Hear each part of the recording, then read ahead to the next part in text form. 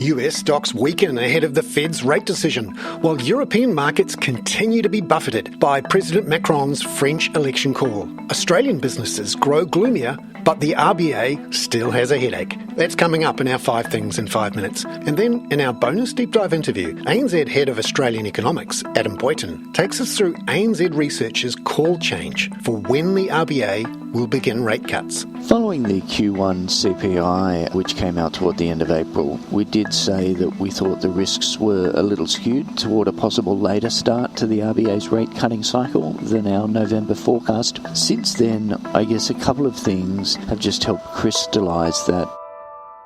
But first in 5 and 5 with ANZ. US stocks are down this morning as investors bed in ahead of critical US CPI data and the FOMC's rate decision, due Thursday morning Australian time. The S&P 500 was down slightly at 4 a.m. Sydney-Melbourne time. In Europe, stocks fell again. The Stoxx 600 and the FTSE 100 both down nearly 1%. The Aussie dollar was down 0.14% at 66.01 US cents, while the Kiwi was up 0.2% at 61.37 US cents. Attention is now on the US with those CPI figures and the FOMC decision. Here's ANZ's head of G3 Economics, Brian Martin. I think the message from the FOMC meeting on Wednesday is going to be one of patience, that the Fed is confident that policy is appropriately restrictive, but it doesn't need to rush into rate cuts. It needs further data to be confident that inflation is indeed resuming a path that will take it down towards target over the forecast horizon.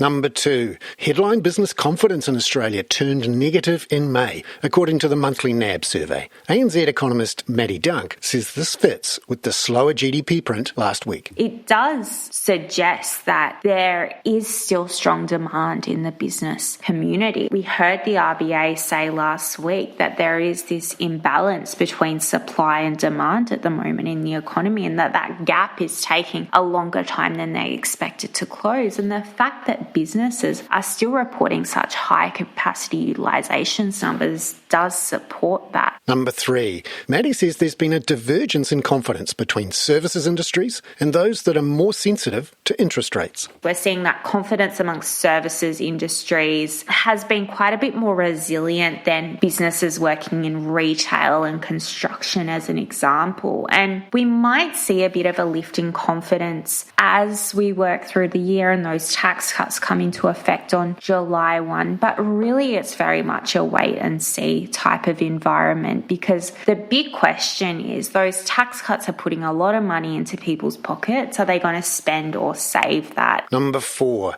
Chinese inflation data later today is being watched for signs that domestic demand is improving. ANZ senior China strategist Zhao Pengxing is expecting the annual rate to lift from 0.3% in April to 0.4% in May. But he says that won't be enough to calm policymakers. The CPI number will not reduce the likelihood of easing monetary policy going forward. We continue to expect the PBOC to cut interest rate in Q3. And India is also releasing inflation data today. ANZ Research is forecasting a lift from 4.8% annually to 5% due to higher food prices. Number 5. The Philippine Central Bank Governor says there's still a chance of a rate cut in the third quarter after inflation rose last week to within a whisker of the 4% upper target band for the bank. Meanwhile, a weaker currency helped exports jump 26% in April from a year ago. But a 12.6% rise in imports led to the widest trade deficit so far this year. Here's ANZ economist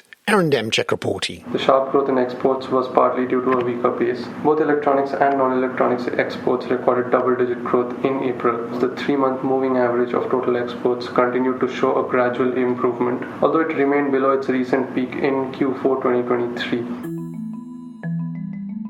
Arindam Chakraborty there. Now, in our bonus deep dive interview, ANZ's head of Australian Economics, Adam Boyton, talks with my colleague Alex Tarrant about why ANZ has pushed out its call for when the RBA will begin rate cuts. We've pushed out the start of the RBA's easing cycle from November this year to February next year, so that's a delay of 3 months.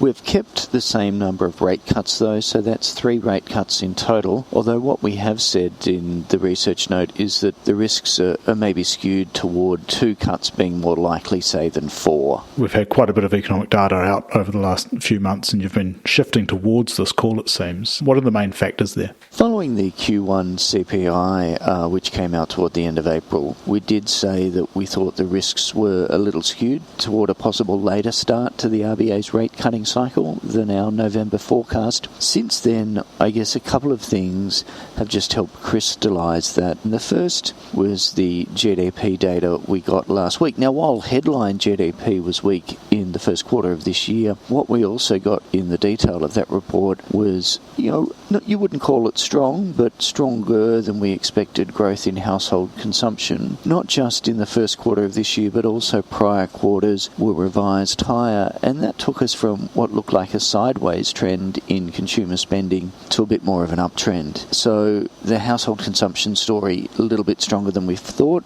As I mentioned, inflation in the first quarter of this year a little bit stronger than we thought, and there does just seem to be some ongoing jobs growth related to government spending in particular areas like healthcare and social assistance and also public administration and safety. And what that's done is it's helped to limit the rise we've seen in the unemployment rate. So it's not that any one of these things would cause you to change your view, but it's more the accumulation of a number of pieces of evidence have just suggested to us that November is maybe now going to be just too early for the RBA to be cutting rates. Wage growth has only just peaked as well. Is that sort of feeding into this as well? Not so much on the wage growth side. It's true that wages growth has only just peaked, but certainly the minimum wage decision we got last week I don't think caused us any angst from an RBA cash rate view. The minimum wage up 3.75%, just a smidgen above inflation at 3.6%, and certainly within the range of outcomes that we were expecting. I think it's more that there's really only 2 quarterly CPI prints, or there are only 2 quarterly CPI prints between now and the November board meeting, and just coming off the back of that strength in Q1, the bank may need just a little bit more time too to be confident that inflation is moderating in a way that says it won't just go back to the target band,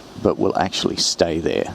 You're saying risks around the start of the cycle are balanced, but then different risks between whether there's 2 or 4 cuts. So the risks around the starting or the timing of the start of the easing cycle, I think, are balanced. That is, we're picking February, but it's still possible that the bank could ease in November this year. It's also equally possible that the first rate cut could be as late as May next year. So the risks around the starting point, I think, are balanced, whereas previously we were making quite clear that we thought the risks were skewed toward a later than November start. If I think about how much easing we might get in the easing cycle all up, look, we still are sticking with 75 basis points, so that's 3 25 basis point rate cuts. If we're going to be wrong around that, I think it's more likely that we only get 2 rate cuts than, say, 4. And so the risks around that 75 basis points of easing for the cycle probably a little skewed toward less being the case rather than more.